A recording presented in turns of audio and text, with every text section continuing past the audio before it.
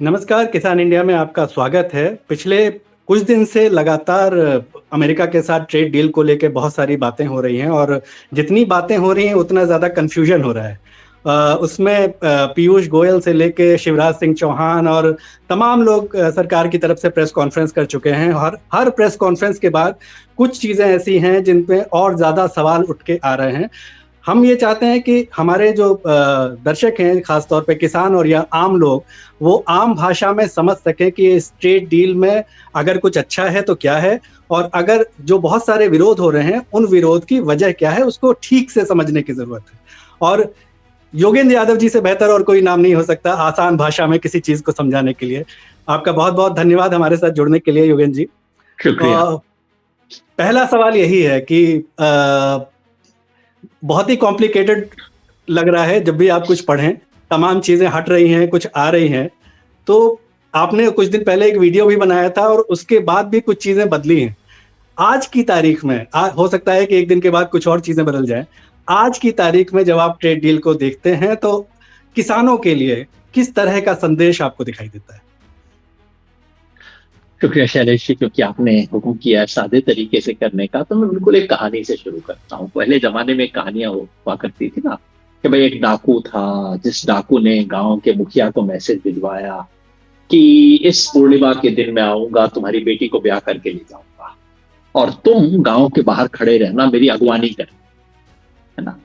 फिर पूर्णिमा का दिन आता है, डाकू आता है, प्रधान वहां पे मुखिया सरपंच या जमींदार जो भी है वो जाके उनकी अगवानी करता है, आता है, शादी होती है, वो ले जाता है।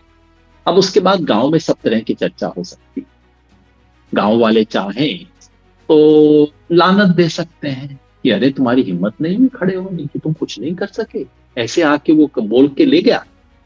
दूसरा मातम हो सकता है, कोई आके उनके कंधे पे हाथ रख सकता है कि नहीं मैं समझता हूँ, हालत मुश्किल थी, तुम क्या कर सकते थे, बहुत धक्का हुआ तुम्हारे साथ। ये दोनों बात समझ आती है। मैं नहीं समझता सिर्फ लानत ही देनी चाहिए। लानत वाले अपनी जगह सही है, मातम वाले अपनी जगह सही। पर आप सोचिए, उस गांव में अगर कोई तीसरा आदमी आए और कहे जमींदार जी बधाई हो, बेटी की शादी हो गई, तो कैसा लगेगा? ये जो हिंदुस्तान में पिछले 5-7 दिन से हो रहा है, ये वही है। और माफ कीजिएगा, ये तमाम मीडिया वाले और तमाम दरबारी जो उस शादी के बारे में अब डांस कर रहे हैं, बिल्कुल वैसा ही है जो इस कहानी के अंदर लगता। उसके बाद अगर वो जमींदार के घर के सामने आके कोई नाच करने लगे और कहे बधाई हो, बेटी की शादी हो गई, तो कैसे लगेगा? तो मोटी बात ये है। बाकी इस पे जरूर हम कहेंगे कि दहेज में क्या आइटम दिया गया और क्या नहीं दिया गया इत्यादि। मोटी बात ये है कि अगर इस कहानी के कोई डाकू तो वो माननीय ट्रंप जी, जिन्होंने आज नहीं 1 साल पहले से घोषित कर रखा था, अपने राष्ट्रपति बनने से पहले से घोषित कर रखा था कि इंडिया बहुत ज्यादा टैरिफ लगाता है, मैं राष्ट्रपति बनूंगा तो इनको ठिकाने लगाऊंगा। बिल्कुल खुल के कहा करते थे। फिर ऑपरेशन सिंदूर के जमाने में, ध्यान होगा, ऑपरेशन सिंदूर की खबर के खत्म होने की खबर भी हिंदुस्तान को ट्रंप जी के माध्यम से लगी। एक्जैक्टली जैसे इस ट्रेड डील की सूचना भी भारत के लोगों को, भारत सरकार की ट्रेड डील की सूचना ट्रंप जी के माध्यम से मिली। क्या कहा था उन्होंने कि मैंने भारत और पाकिस्तान में समझौता करवा दिया, मान नहीं रहे थे, मैंने धमकाया, मैंने कहा देखो तुम्हारे साथ ट्रेड डील नहीं करूंगा अगर तुम ऐसा करोगे तो, ठीक है। फिर उसके बाद ट्रंप ने भारत पे जो शुल्क लगाया हुआ था आयात का, 18 से बढ़ा के 25 किया, 25 सब पे किया, भारत पे भी किया, लेकिन भारत का 25 से बढ़ा के 50 किया और धमकाया कि अगर तुम अब भी ना माने, अगर तुमने ट्रेड डील फला इतने दिनों में नहीं की, बहुत देर हो रही है, मैंने तय कर रखा है कि तुम्हारे साथ ट्रेड डील होनी है, तुम आनाकानी कर रहे हो, मैंने 50% कर दिया है और भी बढ़ा सकता हूं। ये क्या भाषा है भाई? ये इंटरनेशनल ट्रेड की भाषा नहीं है। भारत ने कुछ समय पहले ऑस्ट्रेलिया से ट्रेड डील किया है, भारत ने मलेशिया से ट्रेड डील किया है, भारत ने ईयू से ट्रेड डील किया है। ये ट्रेड डील है। जैसे हमारे यहाँ अरेंज मैरिजेस होती हैं, लड़का लड़की देखते हैं, नेगोशिएशन होती है, लेन देन भी होता है, शादी ब्याह हो जाता है, अच्छा बुरा जैसा भी है हो जाता है। लेकिन ये जो अमेरिका से हो रहा है ये वो नहीं है, ये वो अरेंज मैरिज नहीं है, ये वो डाकू वाली मैरिज है। डाकू कह रहा है कि आऊंगा, तुम्हारी लड़की को लेके जाऊंगा और तुम्हें आके प्रॉपर बैठ के पंडित के सामने फेरे करवाने होंगे, और वो हुए। तो पहला इसका एक संदर्भ समझिए, कोई सामान्य ट्रेड डील नहीं। अमेरिका कहता है कि तुम तेल का आयात रूस से नहीं करोगे। अब ये कैसा सौदा है? सौदा ये हुआ करता है कि भाई तुम मेरी दुकान से माल लोगे, मेरी दुकान में तुम्हें इतने का माल मिलेगा, ये सौदा मैं समझता हूं।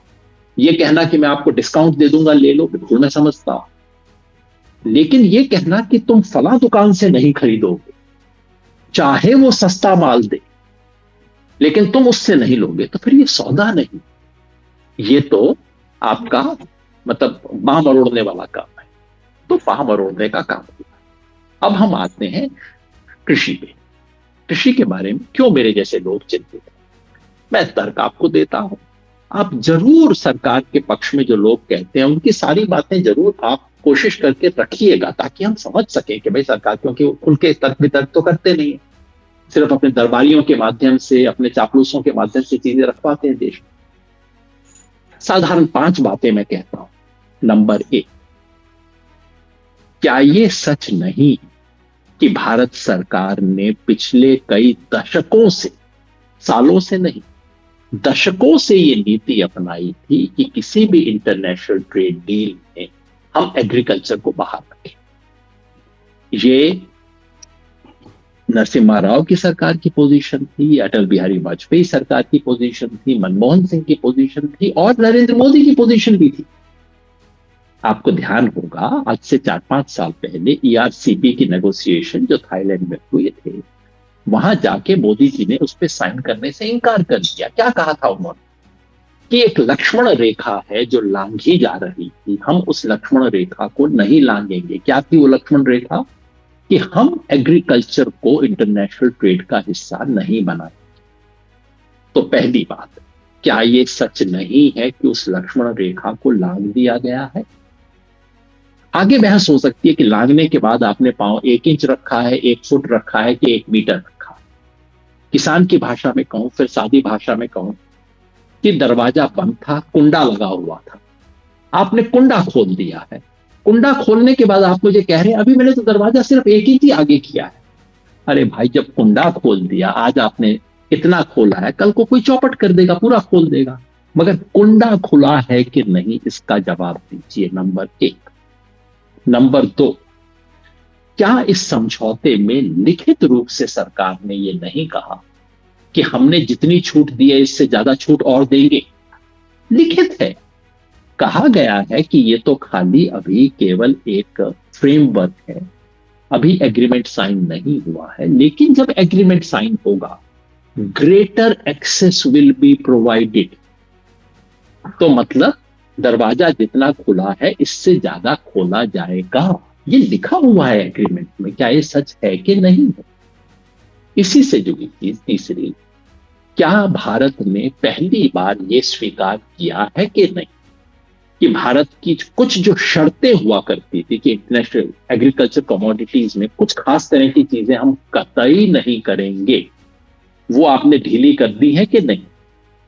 क्या थी? 2 बड़ी शर्तें रही हैं आज तक। पहला ये कि हम जेनेटिकली मॉडिफाइड फूड नहीं लेंगे, और दूसरा ये कि हम नॉन वेजिटेरियन दूध नहीं लेंगे। कि नॉन वेजिटेरियन दूध क्या होता है? नॉन वेजिटेरियन दूध का मतलब है जिस गाय को मांस खिलाया गया हो उसका दूध भारत नहीं लेगा, ये बेसिक। और अमेरिका में गाय को मांस खिलाया जाता है, भारत का शर्त था। अब इस ट्रेड डील में स्पष्ट लिखा है कि ऐसे नॉन टैरिफ बैरियर्स, जो इसको तकनीकी भाषा में नॉन टैरिफ बैरियर बोला जाता है, कि आपने शुल्क नहीं लगाया, आपने शर्त लगाई, ये नॉन टैरिफ बैरियर को हम रीनेगोशिएट करेंगे। ये चीज लिखी हुई है कि नहीं? और साथ में क्लियरली कि एग्रीकल्चर और फूड प्रोडक्ट्स के नॉन टैरिफ बैरियर्स हटाएंगे, लिखा है कि नहीं आपने? तो ये दूसरी बात है। तीसरी चीज, क्या ये सच नहीं है कि तमाम लंबी सूची है ऐसे उत्पादों की जिनके शुल्क को आप लगभग 0 करने जा रहे हैं? आप पहले भी इन चीजों को खरीदते थे, अमेरिका का बादाम खरीदा जाता था, अखरोट, पिस्ता, ये वॉशिंगटन एप्पल बेरीज खरीदे जाते थे पहले, लेकिन पहले भारत इन पे क्या शुल्क लगाता था? 30%, 40%, कईयों में और भी ज्यादा। क्या ये सच नहीं है कि आपने कहा है कि इन शुल्कों को आप 0% करने जा रहे हैं इन तमाम चीजों में, जिसके मैं फिर लिस्ट आपको गिना देता हूं। ये है नट्स, अखरोट, बादाम और पिस्ता। फलों में सेब और ब्लूबेरी और स्ट्रॉबेरी और तमाम तरह की बेरीज। प्रोसेस्ड फूड, याद रखिए प्रोसेस्ड फूड में कुछ भी आ सकता है। आपकी आलू की चिप्स भी आ सकती है, सूखा टमाटर भी आ सकता है। प्रोसेस्ड फूड की इतनी बड़ी वैरायटी है कि उसमें बहुत कुछ आ सकता है। ये वाइन एंड स्पिरिट्स उसमें शामिल की गई है। वाइन एंड स्पिरिट्स का मतलब सीधा सीधा अंगूर, है ना, अंगूर इससे प्रभावित होता है, ये सब चीजें। और इसके अलावा एक कैटेगरी है एंड अदर प्रोडक्ट्स, जिसमें कुछ भी डाला जा सकता है। तो तीसरा मेरा प्रश्न ये है कि क्या ये सच नहीं है कि अमेरिका ने अपने टैरिफ जो हुआ करते थे 3-4%, उनको तो बढ़ा के 18 कर दिया है ना। और बढ़ाने के लिए पहले 3 से 25 किया, 25 से 50 किया, 25 से घटा के 18 किया। हम सब ने राहत की सांस ली, ये नहीं देखा कि 3 से 18 हो गया। और आपने औसतन 37% को घटा के 0% कर दिया है। क्या ये सच नहीं है? तीसरा सवाल। चौथा सवाल, आप कहते हैं कि अमेरिका को हमने फला फला चीज की परमिशन नहीं, पर अमेरिका तो चाहता नहीं था वो सब चीजें भाई। अमेरिका ने तो लिख के अपने डॉक्यूमेंट में कहा था कि उसे क्या चाहिए। अमेरिका को चाहिए था आपका एनिमल फीड मार्केट। तो क्या आपने मक्का को लाने की परमिशन नहीं दी है? ये डीडीजीए क्या है अगर मक्का नहीं है तो? ये डीडीजीएस करके एक है, ड्राई डिस्टिलरीज ग्रेन्स एंड सॉल्यूबल्स। ये क्या होता है? जब मक्का से वो बनाते हैं, एथनॉल बनाते हैं, तो मक्का को सड़ाते हैं पहले, उसमें से एथनॉल निकलता है। उसके बाद जो मक्का बच गई, उस मक्का को सुखा के उससे एनिमल फीड बनाते हैं, है ना, उसको बोलते हैं डीडीजीएस। तो ये डीडीजीएस मक्का ही है, आपने उसकी परमिशन दे दी है। तो फिर ये क्यों झूठ बोलते हैं कि हम मक्का को नहीं अलाउ कर रहे? अमेरिका तो यही चाहता था। अमेरिका भी जानता है कि हिंदुस्तानी कोई मक्का का भुट्टा लेके नहीं खाएंगे। भुट्टा हमारे पास बहुत है खाने को, और मक्के की रोटी और सरसों का साग रेस्तोरां में बिकता होगा, पर पूरे हिंदुस्तान में मक्के की रोटी की खपत बढ़ नहीं रही है। मक्का हमारे यहां एनिमल फीड है। अमेरिका ये चाहता था, उसको मिल गया। पांचवा झूठ, आप कहते हो हमने सोयाबीन की परमिशन नहीं दी। फिर भाई सोयाबीन कोई अरहर की दाल नहीं है, ये कोई चने की दाल नहीं है जो कि छौंक लगा के हिंदुस्तान में हर घर में खाई जाती है। सोयाबीन का मुख्य उपयोग है सोया ऑयल। आपने सोया ऑयल की परमिशन दे दी है कि नहीं दी है? और अगर ये 5 चीज कर दी, तो आप बताइए किसान का क्या भला होगा? क्या आपने किसान के हितों को बेच दिया कि नहीं बेच दिया? मेरे को इसका जवाब दे दे। सरकार के लोग तर्क दे दे। तर्क क्या देते हैं? आप चिंता ना करें, कृषि मंत्री ने कह दिया है कि किसानों के हित का ध्यान रखा जाएगा। अब इसका क्या जवाब दे कि खुशी से मर ना जाते, घर एतबार होता। आपके सुंदर डायलॉग ही अगर सुनते, उसी पे अगर एतबार करते, तो अब तक किसान की इनकम तो दोगुनी हो चुकी होती, 3 साल पहले तक हो चुकी होती, है ना।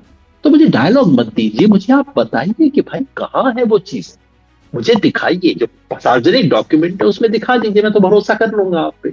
बताइए कहाँ है। जो 2 चीज हटाई गई हैं, जो कल बात हो रही थी, एक सर्टेन पल्सेस और एक इंडिया कमिट्स की जगह इंडिया इंटेंट्स। तो जो बैकरूम नेगोशिएशन चल रहा है, इन दोनों चीजों को, क्योंकि अभी ये फाइनल नहीं है, अभी पता नहीं क्या और जुड़ेगा और क्या हटेगा, लेकिन इन 2 चीजों को आप थोड़ा पॉजिटिव तरीके से देखते हैं या कुछ खास फर्क नहीं है, भाषाई खेल है? हमारे एक दोस्त कहानी सुनाया करते थे कि बच्चे वहां थे, कोई आदमी बैठे थे, कोई आदमी उनको खाना दे रहा था। तो उन्होंने कहा कि रोटी दी गई, तो उन्होंने कहा रूखी रोटी नहीं खाएंगे, चुपड़ के दो। तो मैनेजर के पास गए, ये तो चुपड़ी रोटी मांग रहे हैं। मैनेजर ने कहा कि ऐसा करो, सबकी रोटी छीन लो। रोटी छीन ली गई। थोड़ी देर बाद उन्होंने कहा कि अच्छा ये सूखी रोटी दे दो। तो उसने कहा नहीं दूंगा। फिर उन्होंने कहा चलो एक ही दे दो।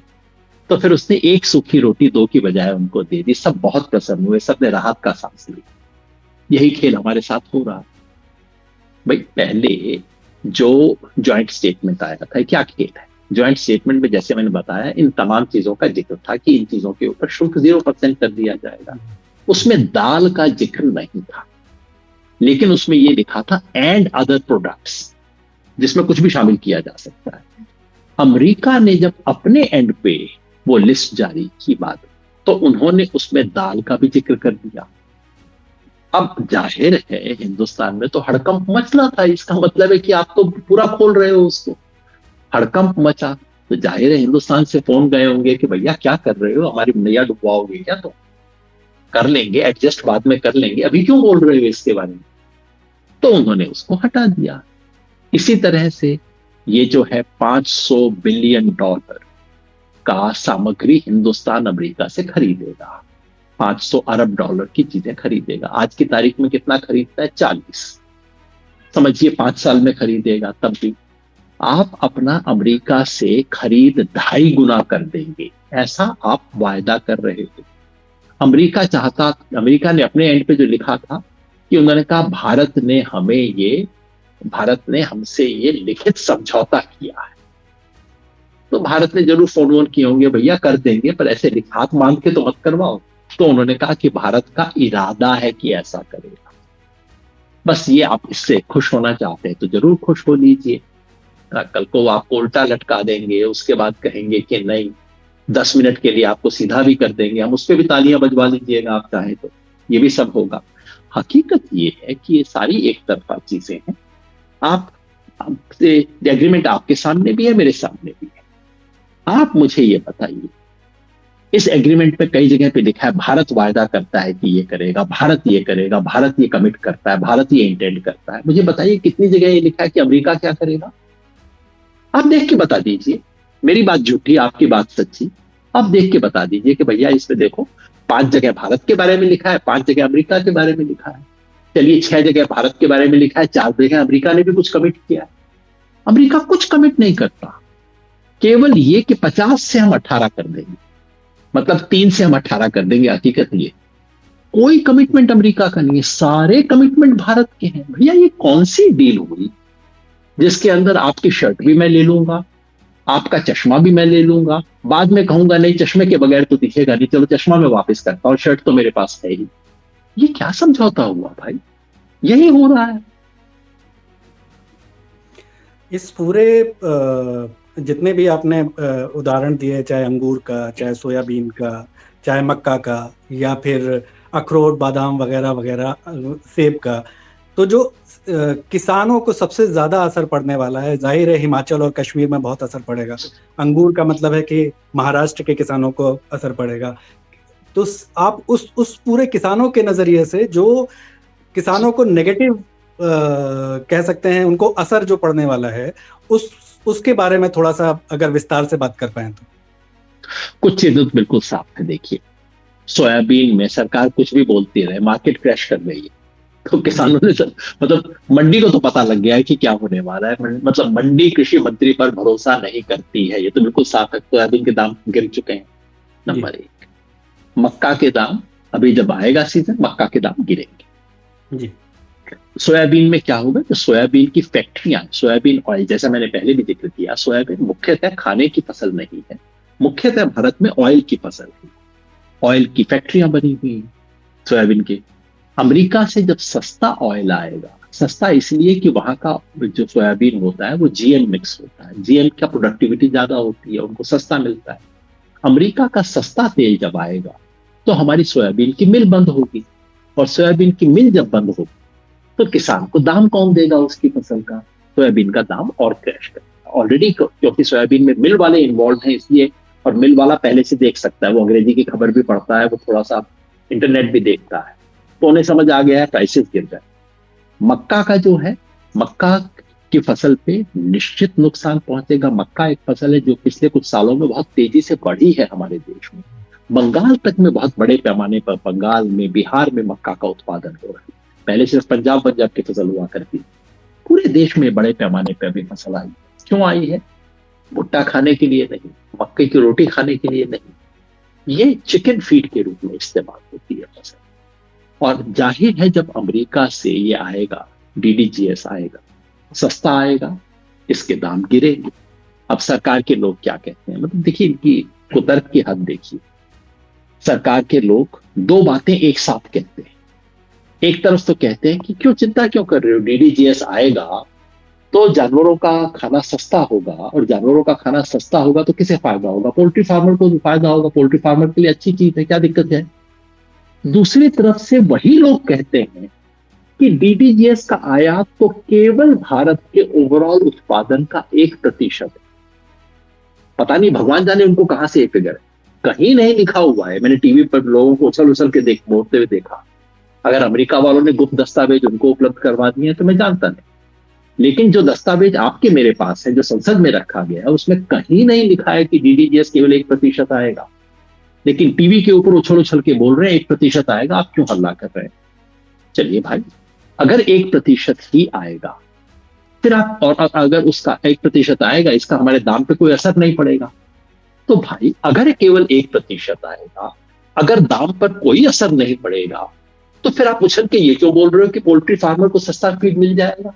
दोनों बातें कैसे कह रहे हो? कोई तो एक बोलो ना, दोनों झूठ एक साथ क्यों बोल रहे हो? एक तरफ ये कि पोल्ट्री फार्मर के लिए सस्ता हो जाएगा, लेकिन किसान के लिए फसल सस्ती नहीं होगी। कैसे हो सकता है भाई मेरे? तो ये दोनों, ये तो हमने दो फसलें देखी। अंगूर, आपने बिल्कुल बताया, महाराष्ट्र में सिर्फ अंगूर नहीं, महाराष्ट्र में वाइन इंडस्ट्री तेजी से बढ़ रही, जो कि अंगूर के उत्पादन पर निर्भर करती थी। भारत पहले भारतीय वाइन, अब पहले केवल गोवा में हुआ करती थी, लेकिन महाराष्ट्र में भारतीय वाइन्स बननी शुरू हुई। उस इंडस्ट्री को धक्का लगेगा, केवल अमेरिका की वजह से नहीं, वो इसलिए भी क्योंकि यूरोपियन यूनियन से भी हमने वाइन आयात करने का समझौता कर लिया है, वहां धक्का लगेगा। जो प्रोसेस्ड फूड के लिए बोला गया है, उसमें क्या क्या आएगा अभी कहना कठिन, लेकिन आलू भी होगा, प्याज भी होगी, टमाटर भी होगा, तमाम तरह की फ्रोजन फूड भी उसके अंदर आ सकता है, अगर उसको प्रोसेस्ड फूड में मान लिया जाए। मैं इस टेक्निकलिटी को नहीं जानता, लेकिन प्रोसेस्ड फूड नामक चीज से तो मुझे बहुत डर लगता है कि उसमें तो कुछ भी आ सकता है। चौथा, जो फ्रूट्स है, अब फ्रूट में वो कहते हैं केला नहीं आएगा अमेरिका से। अरे भाई, केला है नहीं अमेरिका के पास बेचने को, अमेरिका खुद बाहर से मंगाता है केला। आएगा वॉशिंगटन एप्पल आएगा वहां से, और वहां का वॉशिंगटन एप्पल आपके हिमाचल का जो एप्पल इंडस्ट्री बहुत तेजी से ग्रो कर रहा है, कश्मीर का तो पुराना है, हिमाचल का अभी ग्रो करना शुरू हुआ था, उसको एकदम खत्म कर देगा ये कश्मीर का ये वॉशिंगटन एप्पल आके। और दूसरा है, जितने भी बेरीज है, ब्लूबेरी, स्ट्रॉबेरी, ये भारत के प्रोडक्ट नहीं, लेकिन पिछले कुछ सालों से भारत के प्रीमियम प्रोडक्ट्स बनने शुरू हुए थे, इनको हमने ग्रो करना शुरू किया था। ये इंडस्ट्री खत्म हो जाएगी इसके असर से, उसको नुकसान पहुंचेगा। और अभी स्पष्ट नहीं है, लेकिन मुझे डर है कि इसमें कहीं ना कहीं एथेनॉल आएगा किसी बहाने से, क्योंकि अमेरिका, एक चीज थी जो अमेरिका चाहता था, जो अभी तक नहीं मिली। दो चीजें अमेरिका को नहीं मिली है अभी तक जो चाहते थे, क्योंकि उन्होंने, अमेरिका वालों ने खाप लिख के बताया था कि हमें क्या क्या चीजें चाहिए, सब चीजें मिल गई हैं, दो बची हैं। एक है एथेनॉल। एथेनॉल अगर आया, हमारा गन्ना उद्योग, गन्ना किसान चौपट हो जाएगा, क्योंकि हमारे देश में गन्ने का उत्पादन काफी है। चीनी जितनी जितनी चाहिए उससे ज्यादा बनी हुई पड़ी हुई है। तो क्या करता है, चीनी मिल एथेनॉल बनाती है गन्ने से, एथेनॉल को पेट्रोल में मिक्स किया जाता है। अगर अमेरिका से सस्ता एथेनॉल आना शुरू हुआ, 5% भी अगर आ गया हमारी मार्केट का, तो प्राइसेस एकदम क्रैश करेंगे। और गन्ने में क्या है, प्राइसेस तो क्रैश कर नहीं सकते क्योंकि स्टेट कंट्रोल प्राइसेस हैं। तो चीनी मिल जो है कहेंगी पैसा नहीं है, दे नहीं सकते। 1-2 साल तो आजकल ऐसे ही कर देते हैं, 2 साल की बजाय 4 साल कर देंगे, 6 साल कर देंगे, पैसा नहीं देंगे। तो गन्ना पे सीधा असर पड़ेगा एथेनॉल अगर आता है। और आखिरी आइटम जिसको अमेरिका चाहता है, जिसका जिक्र अभी तक नहीं है, वो है डेयरी। डेयरी में, लेकिन डेयरी में अभी दिक्कत यह है कि उनका नॉन वेजिटेरियन मिल्क है जो भारत लेता नहीं। जो मुझे डर है वो ये कि किसी प्रोसेस में, किसी स्टेज पे चुपचाप से पहले वो नॉन वेजिटेरियन वाली शब्द को हटाया जाएगा, डाइल्यूट किया जाएगा, उसके बाद दरवाजे खोले जाए, और वो होता है तो हिंदुस्तान का किसान उससे तो तबाह हो जाए। जी, 2 सवाल हैं, आखिरी के 2 सवाल। पहला ये कि इस पूरी घटना पे किसान यूनियन की तरफ से विरोध आया है और भारत बंद की भी बात हुई है, लेकिन जो राजनीतिक पार्टियां हैं, क्या राजनीतिक पार्टियां सड़क पे उतरना भूल गई हैं? क्योंकि उस तरह से कोई उस तरह का विरोध सामने नहीं आया है। पहला सवाल तो यह है। दूसरा सवाल यह है कि हमने देश की तो बात की, लेकिन इस ट्रेड डील का जो बाकी देशों के साथ भारत का एक्सपोर्ट इंपोर्ट की बात है, जो कृषि उत्पादों को लेके, उस पर क्या असर पड़ेगा? ये दो सवाल आखिरी हैं, इनका आपसे जवाब चाहिए। दूसरे का मैं उतना बेहतर जानकार नहीं हूं। फर्क तो निश्चित पड़ेगा अगर भारत इनसे इंपोर्ट करता है, तो जैसे अर्जेंटीना से हम जो इंपोर्ट कर रहे हैं उसके ऊपर असर पड़ेगा। मगर अंततः उस पर मैं इसलिए इतना ध्यान नहीं देता कि चलिए मेरी बला से एक्स से आए, वाई से आए, जेड से आए। मेरा असली ये है कि जो हिंदुस्तान का किसान, उसके घर पे क्या असर पड़ेगा। चाहे भेजने वाले का नाम यूएस है, उसका नाम अर्जेंटीना है, उसका नाम ब्राजील है, सवाल तो ये कि उस पर क्या असर पड़ेगा। तो इसलिए मैं उसका इतना जानकार भी नहीं। जी। जो आपने इसकी राजनीति की बात कही वैसे सही है। देखिए, अभी तो आप कह सकते हैं कि केवल 4-5 दिन हुआ। ऑपोजिशन ने संसद में इस सवाल को उठाया है। कल राहुल गांधी ने काफी संजीदगी से इस सवाल को उठाया और किसान के सवाल को एक प्रमुख मुद्दे की तरह उठाया। लेकिन लेकिन तो अब 4-5 दिन में तो मैं उम्मीद नहीं करूंगा कि ऑपोजिशन सड़क पे उतर जाए। लेकिन हकीकत ये है कि 3 कानूनों के खिलाफ भी जो लड़ाई थी, वो इस देश की ऑपोजिशन पार्टियों ने नहीं लड़ी थी, वो किसानों ने लड़ी थी। हकीकत यही है। लड़ाई संसद में नहीं, असली प्रतिरोध अगर है तो संसद में नहीं है, सड़क पे। और किसान यूनियन ने, और किसान यूनियन का जो सबसे बड़ा समूह है, सबसे बड़ा प्लेटफॉर्म है संयुक्त किसान मोर्चा, जिसने 13 महीने की लड़ाई लड़ी थी दिल्ली के बॉर्डर पे, उसने एक तरह से बिगुल बजा दिया है। उसने बिल्कुल बिना किसी लाग लपेट के साफ कहा है कि ये हिंदुस्तान के किसान पर हमला है, ये हम होने नहीं देंगे, हम आएंगे, बैठ जाएंगे। तो उन्होंने बिल्कुल साफ, और आज भारत बंद की भी घोषणा उन्होंने की है। तो ये शुरुआत है। मगर आप बिल्कुल सही कह रहे हैं, आने वाले दिनों में विपक्ष की भी परीक्षा हो। क्या विपक्ष इस सवाल पे खुल के सड़क पे आ सकता है? क्या विपक्ष इतना साहस रखता है? क्या विपक्ष इतना क्षमता रखता है कि इस सवाल के ऊपर आके प्रतिरोध कर सके, इस पे आके कुछ बोल सके? इसका जवाब आने वाले कुछ दिनों में मिलेगा, क्योंकि असली जो विरोध है वो केवल संसद में नहीं हो सकता। असली विरोध केवल प्रेस कॉन्फ्रेंस में नहीं हो सकता। असली विरोध अगर होगा तो सड़क पे होगा, लोकतांत्रिक तरीके से होगा, शांतिपूर्ण तरीके से होगा, जैसा किसानों ने किया था। वो कैसे होता है वो हमें अभी देखना है। एक तो बात तय है, जो हो रहा है वो तो किसान पे हमला है। अब किसान में मादा है इससे लड़ने का या नहीं, अगले कुछ महीनों, अगले कुछ हफ्तों में पता लग जाएगा। बहुत बहुत धन्यवाद योगेंद्र जी, आपने आज आपका बहुत व्यस्त कार्यक्रम था, उसमें आपने समय निकाला। बहुत बहुत धन्यवाद हमारे दर्शकों को आसान तरीके से चीजें बताने के लिए। शुक्रिया। शुक्रिया।